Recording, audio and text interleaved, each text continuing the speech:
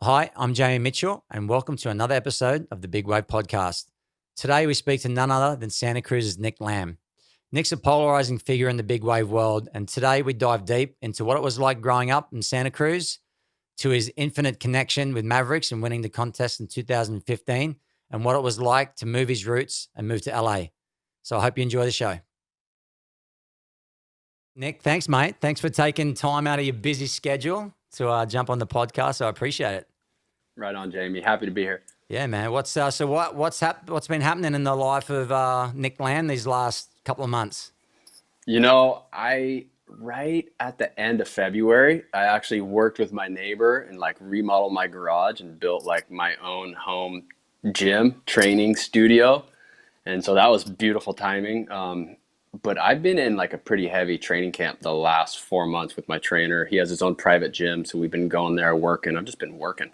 Yeah, right on. That's good. No better time on lockdown than to just get after it, Right? Yeah. I mean, it's funny. Now more than ever, it's really important to take care of your health, and that's something we stay focused on year round. Yeah, it's a good time to, I think, rehab any old injuries, niggling injuries, all that stuff to get fired back up for the start of the season. But I think we'll touch on more of that a bit later. But I'm interested in the story of Nic Lamb, growing up a little bit, just the whole growing up in Santa Cruz, and just I actually remember talking to you one night, and I'm pretty sure and I don't know exactly, were you born in South Africa or your parents took you to South Africa for a little bit of your childhood? What's the story there? Do you think I was born in South Africa? I don't know. Probably not. You sort of look South African a little bit. You got a little South African look to you, but I know there's some No, connection with South Africa, right? there is absolutely. So my father's from South Africa. Yeah. He came over to the U.S. and landed in California. I met my mom, and I was actually born in Santa Cruz on 7th Avenue. And then when I was younger, many years, we would go back to South Africa, and I would spend a few years there surfing, and because he has his family there, and so we'd go back and forth. But born and raised in Santa Cruz, Cali boy. Yeah, right on. Yeah, I knew there was some connection. I just couldn't work it out. And instead of trying to search for it, I figured I'd ask you face to face. No, I've been asked that a bunch. Yeah.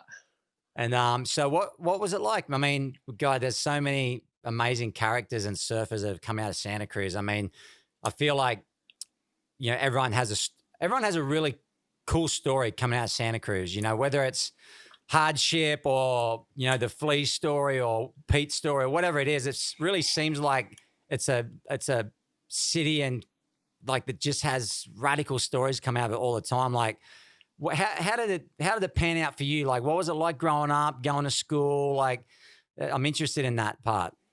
Yeah, absolutely. So when I first, let's see, yeah, born in Santa Cruz, and then went to South Africa for a few years at a time when I was younger. And then 10, 11, 12 is when I moved to the Westside. And I was of the generation that was a few generations removed from the Flea, the Pete Mel, the Rat Boys, the AR, all those legends. So I really grew up in the water, surfing, paddling around with those guys in the lineup. And you learn through watching. And so we got to grow up underneath a lot of those guys, which were basically international surf rock stars. I mean, it was a pretty competitive, heavy culture. Santa Cruz has a very deep, rich surf culture and history. And I feel like I pretty much was dropped right in the middle of it. And that was kind of the last gnarly generation. The localism was fucking so gnarly. I mean, guys would get laid out left and right. It was pretty intense growing up in that environment. Yeah, it's to be honest, Santa Cruz, it could be one of the deepest in surf cultures. If you really look at a surf city, man, and just especially now with where Mavs is compared to Santa Cruz, those guys and it's sort of pretty much like you as well, are such good rounded surfers from small waves, those guys doing at the forefront of the big airs, creating Barney and that, and then all of a sudden reinventing themselves at Mavericks. What a time to grow up for you, to have those guys to look up to and and be scared of, but also to like be like, man, I want to be like those guys, you know. And I wonder how much those guys really groomed like your surfing like to this day. Oh, 100%. You know, you're a product of your environment. The only thing you could compare it to would be the North Shore of Hawaii. Yeah. We're blessed to live in such a beautiful state and amazing coastline that has like an array of different surf spots to test and hone your skills. So, I mean, I couldn't ask for anything better. I think growing up at that time, 90s, early 2000s, Santa Cruz was the hot spot. Like, again, like it was just like the North Shore. That's the only thing I can really compare it to. Like some of the gnarliest, best big wave surfers, small wave progression, all wrapped into one, everyone feeding off each other. Like guys would be at the lane all day long from morning till dark, like packs of guys. And if you weren't from around there, or if you were inexperienced, you weren't getting waves. And if you wanted to get a wave, you'd probably get beaten up, and you know, those guys would trash your car and, you know, kick you out of town and stuff like that. And, you know, those are the good old days. No, not really, but that's how it was. That was the environment that I grew up in. And to survive in an environment like that, you had to build a tough exterior to survive those times. You know, later in life, as you evolve, that tough exterior kind of works against you. It doesn't really help you. So I've been trying to like learn how to peel back those layers a little bit, but man, when you grow up in a tough, physical, like somewhat abusive environment like that, man, only the strong survive. Yeah. I feel like I get a sense that from you, like, you know, when I, you know, first started to know you and stuff, like it was hard to get through. You know, it's hard to get to Nic Lamb, you know, like, to be honest, it's like, who is this guy? You know, like I like this guy, but I'm like, I can't really work him out, you know, and it's, but it's cool, you know, I think over the years watching you, you know, like watching us all mature really, but watching you mature and just progress into what you've become. I wonder, like, you know, like, did you, like, was that something that you had to do to survive? Like you said, like you had to put that thick skin up, and then, you know, and then you sort of kept that right through until like 4 or 5 years ago, you know, because, you know, like it's sort of like, it was hard to sort of like work out, you know, who Nic Lamb was until a while ago. You gotta wait for my book to come out. Yeah, man. Like I said, it was tough, and only the strong really survived. I mean, fuck, we got beat up, beat on, you know, and a lot of my friends didn't make it. A lot of them, you know, I've had friends that were killed, shot, stabbed. You know, a lot of the kids I grew up with surfing, you know, even going out to Mavericks. Like I remember I had a really good friend named Donald, and he, you know, he's not around anymore. So it was a tough environment. You know, I learned a lot, and it taught me how to read people. I feel like I have really good street smarts. I know how to read people. I know how to read situations, or so I like to think. But you know, yeah, it was crazy times, but it made me who I am today. And at the end of the day, I'm just a kid who loves being in the ocean. Like I obsess over the ocean. I have to be around it. I have to see it. I have to live near it. I have to go in it every single day. Otherwise I lose my fucking mind. Yeah.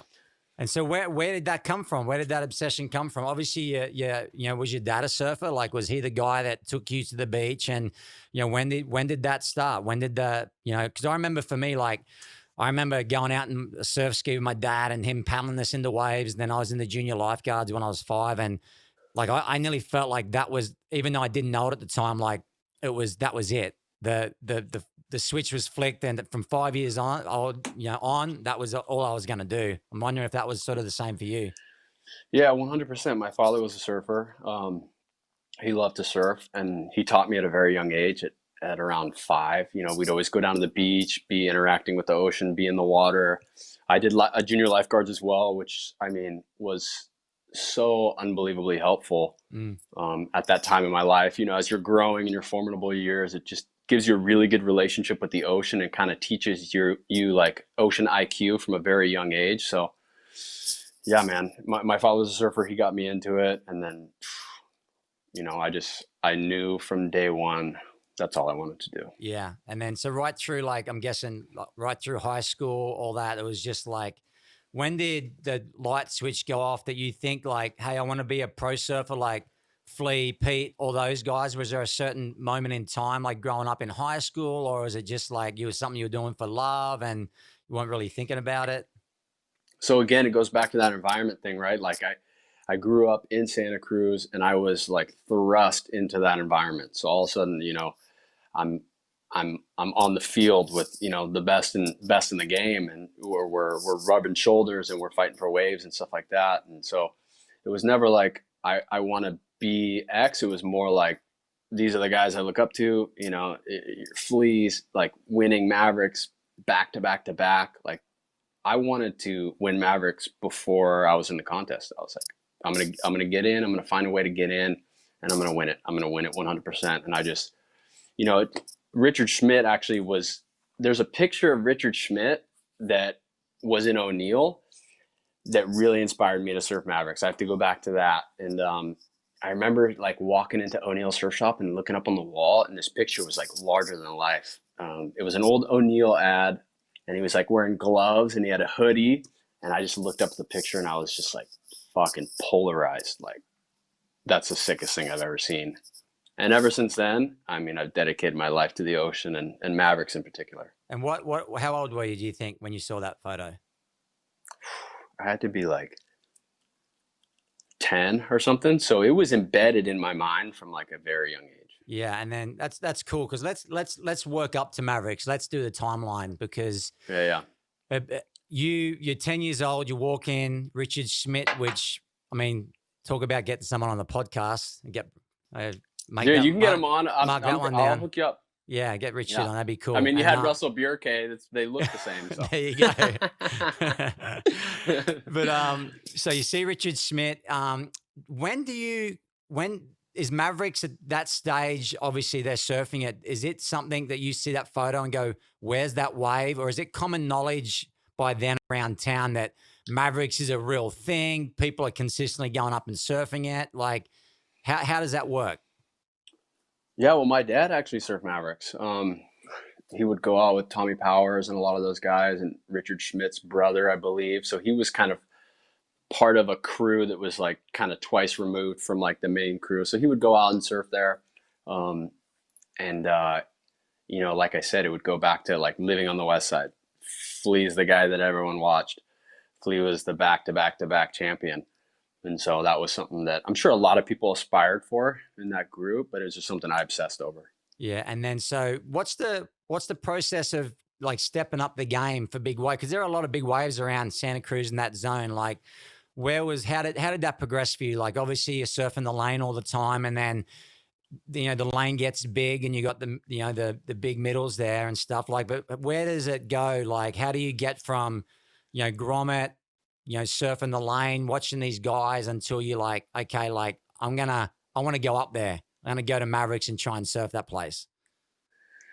Right. Mavericks was always kind of like Mount Everest. It was like this mystical, mysterious wave that only like the gnarliest badasses surfed. And, you know, you had to really work your way up. And when I was like 10, 11, 12, my father would take me out into waves that would like scare the shit out of me. Like, he would take me out. He had me protected, but I would get like super scared. And I remember taking a few waves on the head, 6, 8 foot, and just like basically going and crying like to my mom, like, fuck, I don't want to surf anymore. I'm over this. It's just crazy. I'm scared. And then like 11, 12, like a switch flipped in my head, and I was like gravitating towards larger and larger and like deadlier and deadlier surf from a really young age. And from Santa Cruz up to Mavericks, it's about like an hour drive, and there's so many good waves along that coastline where if you know where to go, you can logically take the necessary steps to work your way up to Mavericks. So I started Santa Cruz at the lane. And then there's a really good wave at the lane called Middle Peak, which gets giant. It gets 30 foot. So that's a really good place to hone your skills. And then you move up a little bit further north to some waves I can't mention here. Yeah. But there's like stepping stones that you can literally progress up the coast to Mavericks. And if you do it right, you can surf it and be safe. Yeah. And then I think I remember were you 16 the first time you surfed Mavs? What age were you when you went up? 14. 14, yeah. So 14. you were before, are you what's the age difference between you and Tassie? Tassie's like 6 or 8 years. Tassie's like 2 generations above me. Yeah. Tassie's like right underneath the Flea and them crew by like a generation. Then I'm like underneath Tassie. Yeah. Cause like, was that someone like Jay and then like someone like Tassie, were they guys that you saw like, cause Tassie won, right? He won when he was, I can't even, like, was he 20 or 18 when he won, 18 or 20 when he won the contest? Something like that. Like he was young. I mean, he got that famous wave where, like when he was 16 or something as well. And it felt like there was a lot of hype on Taz for good reason. The guy's a legend. I love that guy. And but then you were the next, pretty much the next new young guy that came along that had a lot of steam and a lot of hype about him, and I remember, seeing photos of you and everyone saying how there's this new young kid, and yeah, so that's crazy. 14 years old, that you got to have a good mental game there to even want to think about paddling out there at 14. Yeah, 100%. I mean, my mom was like, "You're not surfing Mavericks." No way. I'm like, "Yeah, I am." And went up there, and I remember we surfed it. It was a small day. It was pretty much like sleigh rides. And, I rode a few waves and was like, fuck, this is sick. Just loved it, fell in love with it. But then I remember coming back home, my mom found out, she grounded me.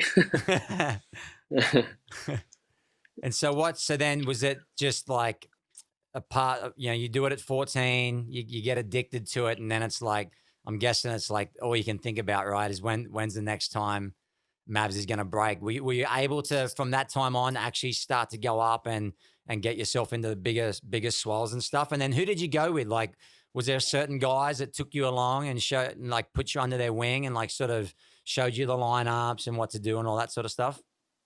A little bit, not really. The first time I went and surfed it was with a high school buddy of mine. And I mean, I couldn't even drive. So he drove us. We went and surfed. And then we would kind of, him and I would continue to go up there. And then a few years later, Skindog would start taking me up there, and he took me underneath his wing and kind of showed me the ropes, I guess. And, from there, it just hockey sticked. Yeah. Wow. And so, at this stage, are you still like, when does it click that you want to, make the ocean your life, you want to make it your job, you want to, do this thing full time? Because at this stage too, I'm guessing that you're probably sponsored by Volcom at this stage. Is that right? Or let's see. Some of my first sponsors, I rode for Quick for a few years, and then Volcom signed me away from Quick, and I rode for them for a few years. I've had a lot of really good supporting sponsors, but yeah, I mean, also at that time too, I was really focusing on, when we weren't surfing large waves, I was constantly focusing on making iterations of my small wave game, constantly trying to improve my air game, my turns, just really trying to tap into body awareness and form and stuff like that. So I was competing up and down the coast, doing a lot of small wave events. I won a handful of air shows. I wish they brought those back.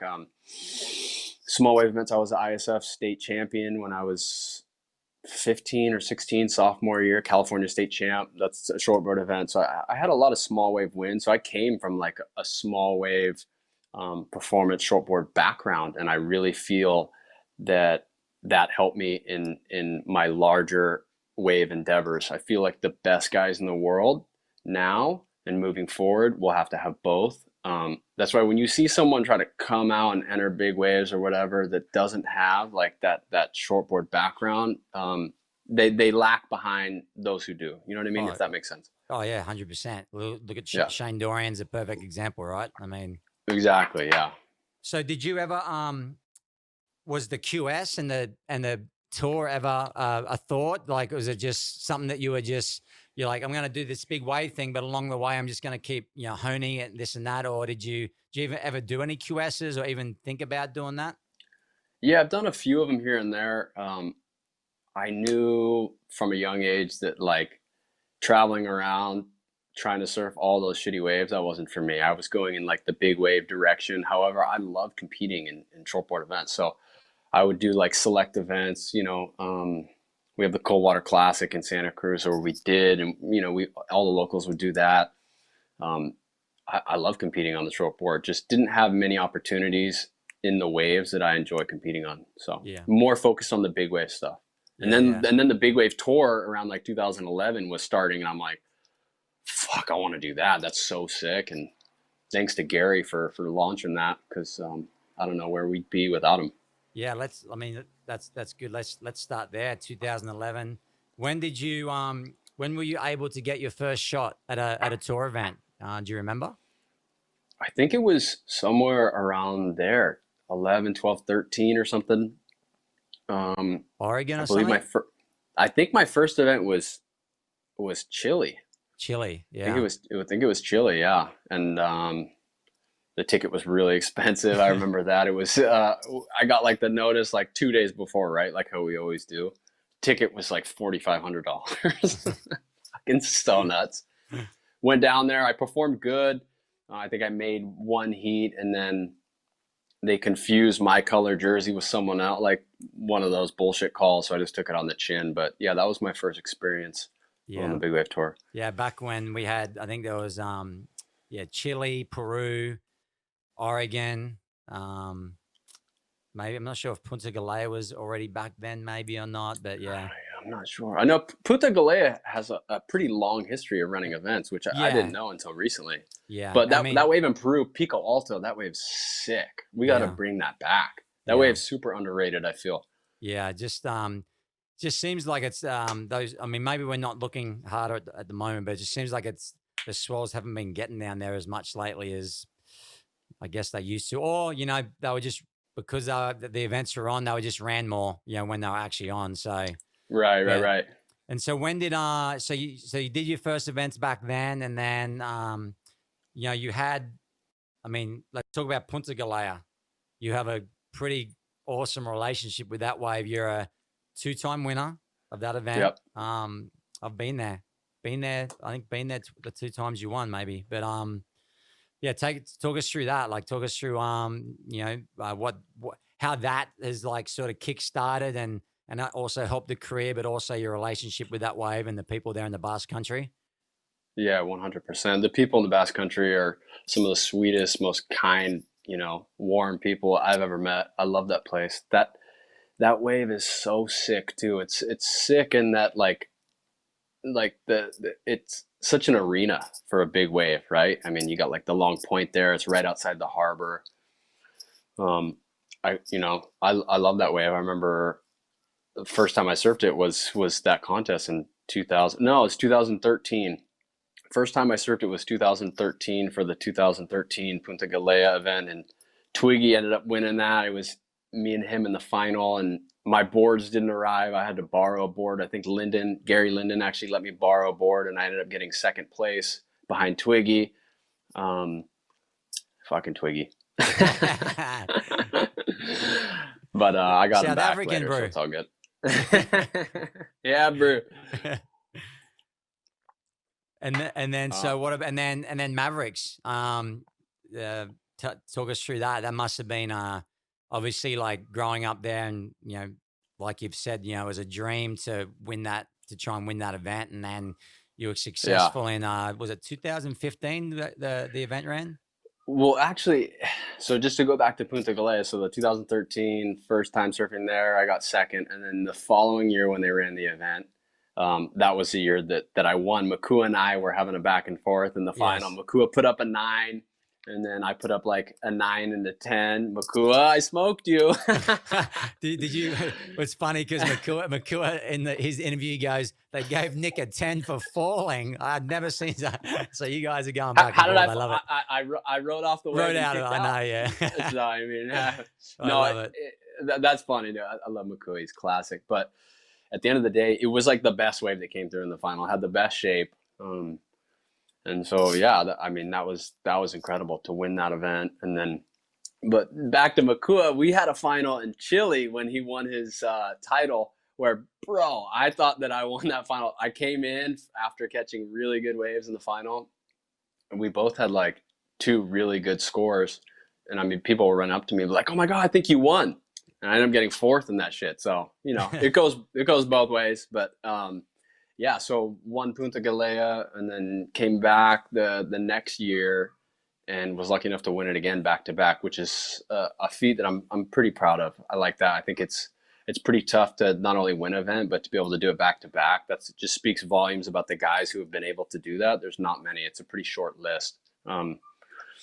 Yeah, so that was incredible. Yeah, I mean, you did back to back, and then like think about Billy, what he's done at Jaws. It's just Exactly.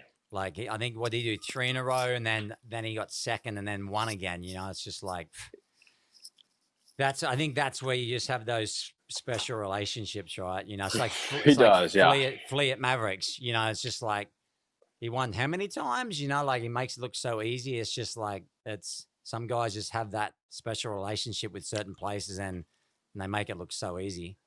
100%. Yeah, 100%. Those guys are both, their names will be etched in history. And I feel like, the Maui boys, they have such a good relationship with Jaws. They spent so much time in the water there that they're able to read it and surf it really well. And that's where you've seen the disconnect from everyone else.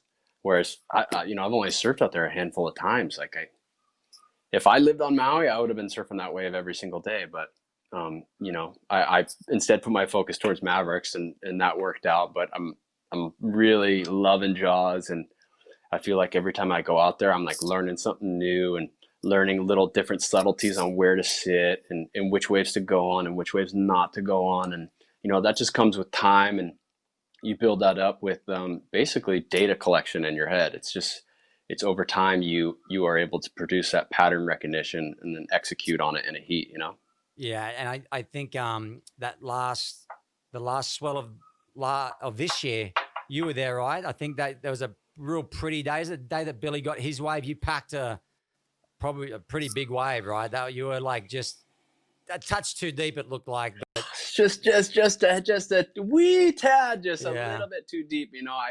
When I caught that wave, which was definitely the biggest barrel I've ever pulled into, and one of my best waves at Jaws. That was February of this year, before the world exploded. And like as I was dropping into the wave, I was like, okay, fuck, I'm super deep. I almost was like, there's no way I'm gonna make it out of this thing. So I kind of just stood up and went for the pose, really. And like now looking back, if I had one more little I might have just squeaked out. But that thing spit so hard. That thing was a cannon. It was a sick wave. Yeah, it looks like you're definitely getting more looks. You're getting more looks. You're putting yourself in like better positions to get those looks out there than because God, man, that place can be frustrating. We all know how perfect it is and how good that wave is, but to go out and actually even get a wave like that you don't make, but like that 6 feet on the more on the shoulder that you're gonna make that thing, and you picked a good wave. It didn't shut down. Like that's got to be comforting. 100%. I mean, it just comes with putting the time in the water and going on those waves you're not familiar with, so then you can gain that pattern recognition. So again, like I said, it's just data collection. Which waves to go on and which waves not to go on. You kind of have to go and get that repetition. And you'll see the guys that live there, the Maui boys, like they go for their waves because they know which waves to go for, right? And most of the time it turns out really good for them. So just kind of studying where they sit and stuff like that, and studying the surface of the water and seeing how, different takeoff zones and stuff like that. I'm loving it. I have a blast. Yeah. I have a deep thirst for learning and like gaining all this different pattern recognition and stuff like that. So it keeps it fun. And then, let's dive back to Mavericks, because you seem to have a pretty good relationship with Mavericks, and and then let's talk about your win. I was in the final with you that year too. And I think it was it 2015, 16? Oh, it was 2016. But my first Mavericks event, well, first and foremost, like I was surfing out there since I was 14, and I felt like I was performing. I was one of the top performers only a few years after that. So like 16, 17, I felt like I was a top performer. I didn't get invited to the contest till like 10 years later. I was like an alternate and there was guys on that list. I mean, it's better now, but there was guys on the list where it's like, what in the fuck is this guy doing on the list? Anyways, long story short, finally get in a few years later. And then my first event was, it was a 2014 event, the Twiggy one. And I had ordered brand new boards. I don't want to say the name of the shaper because I love them, but they weren't the right boards. And I remember, I think I used new booties too, which is just terrible combo to take new boards and new booties into possibly the biggest moment of your life. Bro, I didn't scrub the booties, just rookie mistakes left and right. I was just such a little dummy. And I remember I was so pumped to go out in my heat. I was so excited. I felt so good and went out. And for whatever reason, I was like, I'm going to ride a larger board. And I deviated from my norm. I decided to ride a larger board. Clearly looking back now, this is a colossal mistake on my part, because there's actually a pretty epic pic of me like basically just like fucking sardine diving sideways on like a giant, like meaty, thick one, which actually I should have went left on, but oh, is that the way? Is that the wipeout? I'm wearing a white suit. Yeah, you get on like your heel and you fall into the white water. Yeah, it was basically, those were my only two wipeouts at Mavericks like I've ever really had, as far as on the takeoff goes. Like it was something that was all new to me anyways. Wrong equipment, wrong preparation, went out and basically fell on my face, ate a big pile of shit, and was like, all right, there we go. Didn't make that heat. So first event in the books was a nightmare. But then I learned from all that stuff, right? And then I took it into the next event and I won. Yeah. And yeah, it's amazing how you can go from hero to zero real fast, big wave That's surfing. the ocean, right? It's like, you can just feel the best you've ever felt. You could be on a board that you've been surfing for 3 years. It feels amazing, like no injuries. And then you go out and like take a wave that you shouldn't take and eat shit, and everything changes, your mojo, everything. You just your whole body gets shook. It's like the earth's shook and everything's just tilted off axis, and there's nothing you can do to bring it back. Like nothing. The harder you try, the more you eat shit.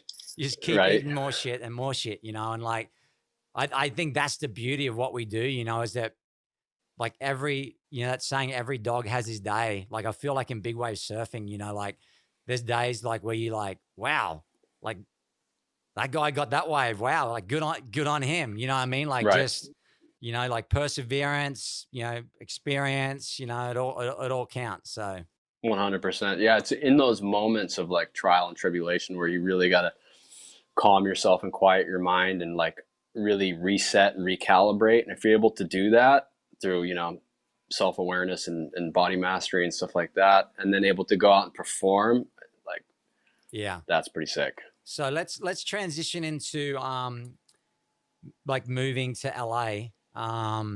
Because I know that you moved to LA probably for a few different reasons, but let's talk about your acting, or just being in Hollywood. I know that you've done some work there. It's something that you like doing, obviously making some money. But I did some research, and correct me if I'm wrong. Oh no, but you have worked in some movies, right? Like American Violence, Ghost Babe, Element 2100, and Culture Shock. So look, hey, at the end of the day, I've had opportunities in entertainment and I really love it. I think it's great. I think the art of storytelling and production and collaborating with like-minded people and getting creative and producing great content is fun. That's fun to me. But at the end of the day, I moved out of Santa Cruz, my comfort zone, to challenge myself. Had nothing to do with anything else other than, okay, I've done Santa Cruz, my hometown. I'm super comfortable here. I know everybody. Now what? What's next? And I think it's super important to get out of your comfort zone, to leave what's comfortable behind so you can grow. I felt like in Santa Cruz, to be honest, I mean, it might sound weird, but like I had done everything I could do. And I felt like it was time to take that step.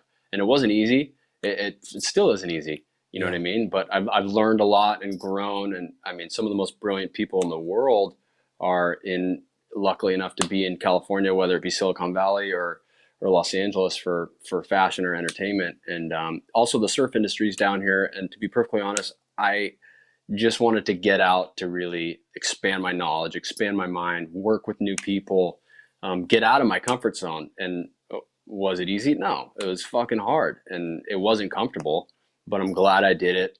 And I basically just needed to step out to get something new. And that was the driving force behind that decision. And I'm guessing that too. And like you know what's funny? After I left Santa Cruz is when I had all my wins. Yeah. That's when all my big wins came. And it was just came down here because I was just head down focused basically on training and spending time in the ocean and just trying to better myself as a person, you know?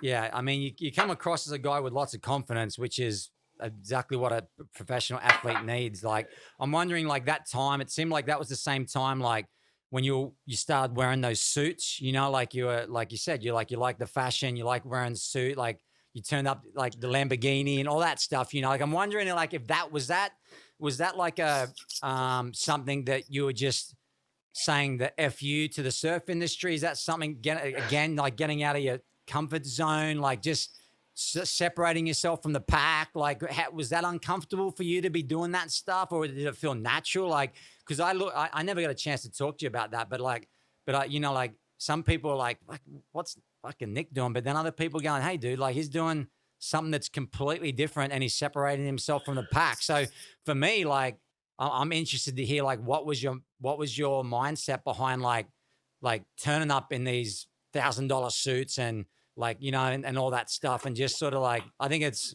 interesting. Yeah. I mean, at the end of the day, I'm just doing me. I'm just being me. I like to have fun. I like to go fast. I like to look good, you know? And at the end of the day, normally I kind of, in my day to day, I'll dress like, you know, a bum, a hobo, you know, because I don't give a shit. Like I really don't. And, but I also, the flip side is I like to put on a nice suit. You know what I mean? I like to look crispy. I like to fucking drip, drip. You know what I mean? It's fun. And, you know, what comes with that is, a lot of haters. And literally, I could give two shits what people say behind my back. It's none of my business, really. People can have their own opinion. Seems like everyone does nowadays. But, you know, I'm just focused on me, having fun, doing me. And I felt like to take our sport to help take it to the next level, I would draw inspiration from, okay, what are the highest paid athletes in the world doing?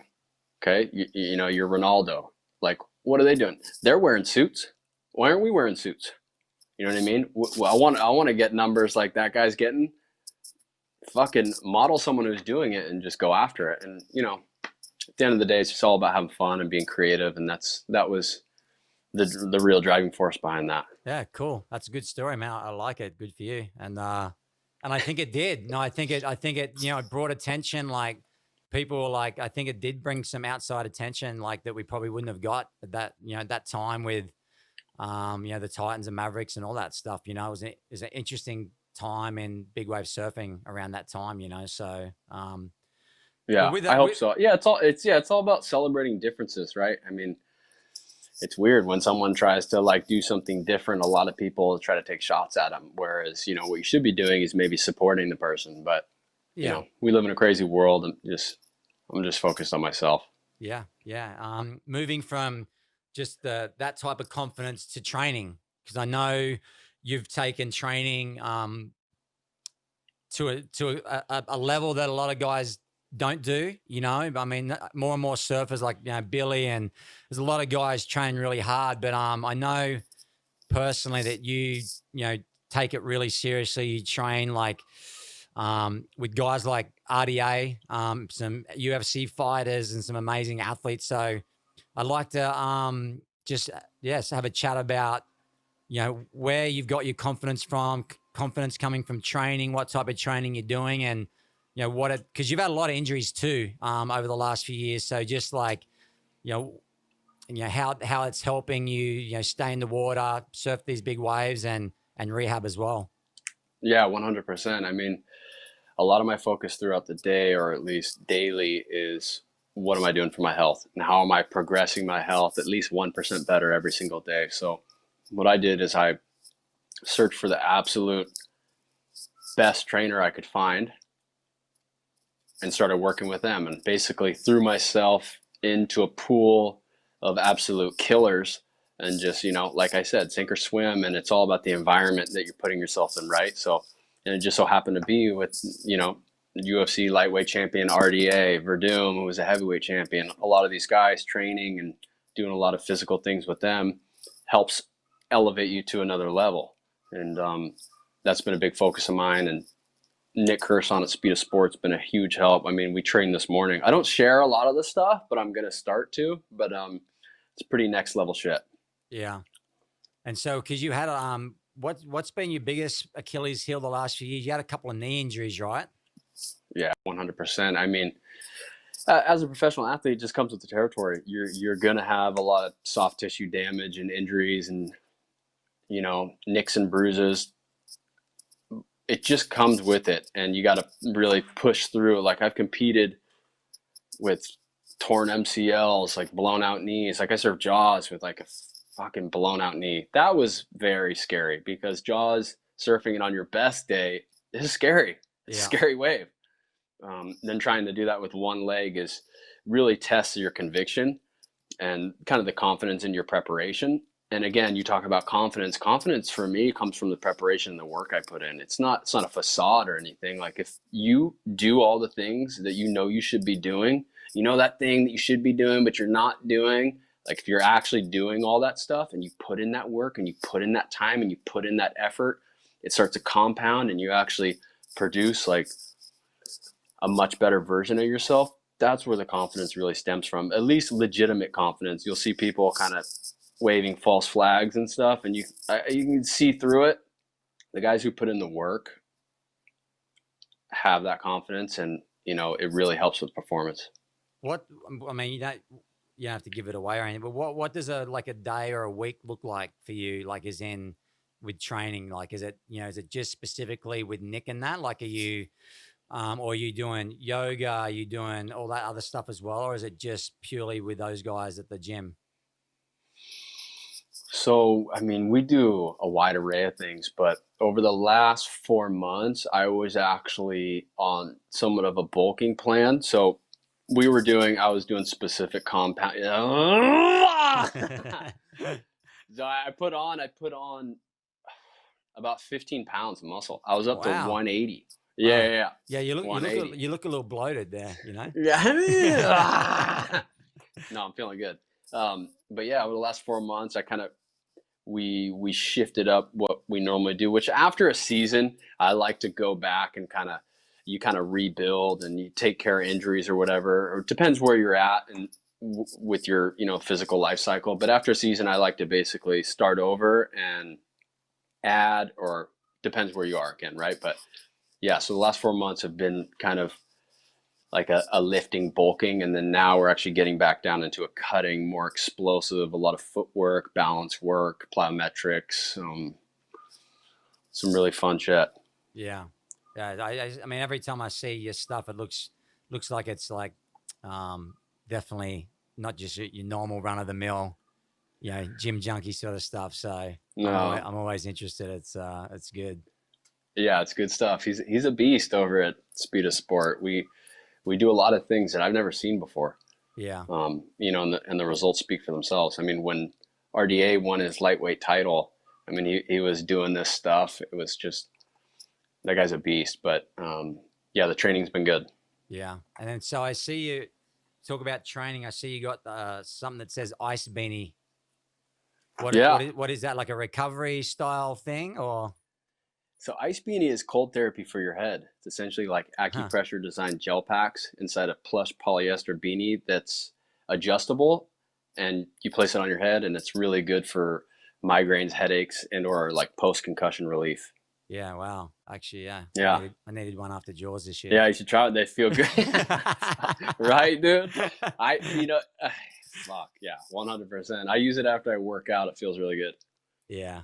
Yeah, I've been doing the I got myself hooked up with I got an outdoor sauna at my place, and then I've just got myself a freezer and I've siliconed it up, so I've got the whole hot cold thing going. You got whenever the I hot want to. cold trend. There you go. Yeah, Nice. it's so good. I just put my girls to So sleep, good. just put my girls to sleep at night and go jump in for an hour and just do that and lights out. It's just such a for like something that's not very new, you know, like it seems new because like everyone's doing it again, but for something that like the Russians and the Swedes have been doing for like thousands of years, like it's the Thousands, yeah. most simple thing. Like it's just hot and cold, you know, like it's so simple but so It's effective. so simple, but so effective and so good for you. It's funny, especially in the climate we're living in now. And I don't want to get into too much of the issues, but you know, no one's talking about your immune system. No government's telling you how to take care of yourself. Like go out and get 15, 20 minutes of direct sunlight a day. Try to walk barefoot on the earth. Grounding's shown, like there's studies done on it. It's really good for lowering depression, anxiety, helps you with sleep. Jump in the ocean, go into nature. All these things help, you know, go into a sauna for 15, 20 minutes. I think they did a study that showed going in the sauna for 3 days a week, 15 to 20 minutes, like increased longevity by 40% and decreased overall mortality by like 33%. So all these things are available and they're for free and they're really good for enhancing your immune system that people should take advantage of. Yeah, for sure. So are you like, where are you at now? Like, are you like with health, fitness, your training? Like, are you you injury free, like 100%, like ready to go, like just on a big training block? And I can see it. You're just ready. 100% ready to go. I'm frothing, just And yeah, I'm ready to go. I feel good. And what's what do you foresee the future for the next? I mean, obviously we got Mavericks and Jaws in our backyards, you know, which we can travel to, but what's the focus for Nic Lamb in this upcoming season? You know, like what's going to be the, you know, apart from potential of having some events here and there or whatever, like are you on the search? You know, because I know you go to Nazare, you love Nazare. And you've got some of the biggest paddle waves there. I think you actually got one this past year. I think one of the biggest paddle waves of the year, I think. And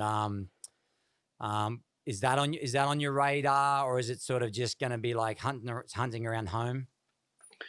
Yeah, you know, it's crazy. There's a lot of things that are out of our control right now. So what I'm focused on with my people, my circle, is just focusing on the things that we can control, right? Like my health, my finances, kind of that's where our focus goes to. So I'm going to continue training. I'm going to continue basically pushing as hard as I can as if there's an event next month and be prepared for that when that time comes. You know, we like to stay ready so we don't have to get ready. And, you know, those things as sports world opens back up and we have more events, you know, I'll be well positioned. You know, who knows what's going to happen. I love that the UFC is starting to run events and they're putting on sporting events and showing the rest of the world, look, it can be done. You know what I mean? And I think the smarter leagues will then follow. But just to touch on the Big Wave Tour in general, I mean, I think the Big Wave Tour should be on ESPN. I think there should be a pay-per-view model. I think people would easily pay $5-10 to watch Jamie fucking dropping in at Jaws on an 80-footer. You know what I mean? Like, yeah. I think people will pay for that. I think that's the model that we need to look at and explore moving forward, along with creating more content and character-based content to really enhance the brand and just the sport as big wave surfing as a whole. So I'm excited. Yeah, I was going to ask you. You sort of touched on it just then, but where does Nic Lamb foresee big waves in the next few years, or what's your hopes? You know, because you're one of the most vocal guys, and I know we talk a lot, and you know how it could be done, should be done, what we hope for the sport, you know. But I'd be interested to let you have this platform to what are your thoughts, you know, because I like your thoughts. Mama. Yeah. I've had some ideas and I've actually sent them over via email to entities that have implemented them and didn't even give me a, hey, thanks kid, nice work, but we don't need to get into that. But you know, I think the sky's the limit. I think big wave surfing, every single year you're watching the athletes get better and better and better and go bigger and bigger and bigger. And the prize money has stayed the same, if not gotten worse. When Flea won Mavericks in 1999, he won 50 grand. What are we getting now for first? It's 25 grand. What in the fuck is going on? You know what I mean? So events can be done. They can be executed. I think they can be done a little bit more efficiently as far as the expense side goes. You know, with everything mobile nowadays, and thank God we have the internet. Our sport really needed the internet to survive and thrive, I think. And I know you and a lot of good people are working behind the scenes to build out those events and kind of the big wave surfing tour 2.0, which I'm excited to be a part of. You know, like I said, I think that it deserves ESPN type visibility. I feel like, I mean, you watch the ESPYs and it's like all ball sports. It's like, bro, this sport has the biggest balls in the game. You know what I mean? How come there aren't any fucking big wave surfers on the ESPYs? Like, what's going on? Like, there's so many other, anyways. But, you know, we'll see. We'll see. I know that we have some new leadership now at the WSL, and I'm optimistic. And I think that he'll do a good job. But, you know, time will tell. Yeah, for sure. Yeah, I'm more excited than ever, to be honest. You know what I mean? Like, I think that, you know, everyone's sort of like doom and gloom sort of style a little bit, but I'm so excited about the future and, you know, whether it's this year, next year, whatever, but I truly believe that big wave surfing is going to get to where it deserves to be. And, you know, if we all can, you know, stay together and be one unit, I think that we can achieve those goals, you know, where we all want it to be, you know, and, I'm pumped. I'm pumped for what's coming the next year or two, you know? So, yeah, I'm excited. So, all right, buddy. Well, I'm gonna relieve you of your duty, but not after we have 5 questions. Five? I call it 5 You're to drilling finish. me today. 5 to finish. 5 to finish. 5 to finish. Yeah, and so 5 seconds to finish. 5 seconds. All right, let's That's go. what she said. That's right. All right. So the best big wave in the world. Well, best is a loaded word. Best big wave, you'd have to say shape wise. You'd have to go to Jaws, right? But Nazare is perfect from 2 foot to 150 foot. So yeah, I don't know. You know what I mean? You'd have to define best for me. Yeah, that's cool. I can have multiple answers. It's all good. What's the gnarliest wave, the scariest wave, big wave you've surfed?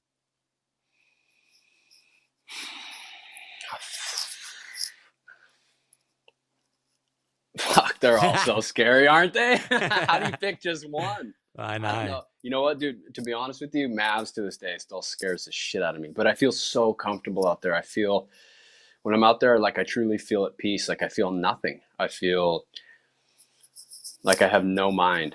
Yeah, that's that relationship. You know, that's that special relationship. I bet you asked Billy and that about that with Jaws, or you know, they'd say the same thing. But yeah, it just comes down to pattern recognition, right? All that data you collect, like, you know, he'll feel comfortable there, and then, you know, other guys at other waves, yeah. What's one big wave you haven't surfed that you'd love to surf? I'd like to surf that. Well, the one that pops up in my mind is there's this wave that looks like Mavs, kind of. I want to say, is it called Prowlers? Yeah, an island. Yeah, that wave looks sick. Yeah. But I guess it's super inconsistent, right? It's hard to get it in the wind, and but they got it. Cotty and that got it this last year. Like they whipped into it, and it was like sick. It does look. It's like a Mavericks impersonation. Right? It's insane. Except way colder. Like add another level of cold. Stepchild. Yeah, I'd like to surf El Buey too. El Buey looks sick. Yeah. All right. We should have an event there. Yeah. The most underrated big wave in the world. Probably Nazare, because I don't think people can really fathom the power of that wave, and the fact that, like I said previously, it's perfect from 1 foot to 150 foot plus. Like, if your mind isn't blown by that, I don't know what to tell you. Yeah. All right. Last one is, let me think about it. I can't remember what my last question was. How's that? I seriously can't remember. Why can't I remember what my last question was? Yeah, that was it. There it is. I've got it. I need that. I need the ice beanie right now. You do, To- bro. You need it at I need the icebeanie.com. I need the ice Bro. beanie. No. Okay. This is the last question. Where do you see the next big wave frontier? Where's the next big wave discovery? Well, it hasn't been discovered yet, right? So I don't know, but I'd say, shit, maybe Africa, right? I feel like there's a lot of coastline we haven't quite experienced in Africa, but to be perfectly honest with you, man, we have our hands full with the waves we've got right now. So I'm excited to see a new big wave. You know, I love it anytime a new one pops up, but man, Mavericks, Jaws, and Nazare, they have my attention and my heart for sure. For sure. Right on, buddy. Hey, Nic Lamb, thank you so much, buddy. Appreciate your time. And thank you, brother. Good luck with everything. Good luck with the training. And I look forward to sharing some waves this year for sure. 100%, brother. I'll see you soon. Thanks for having me. All right, bye.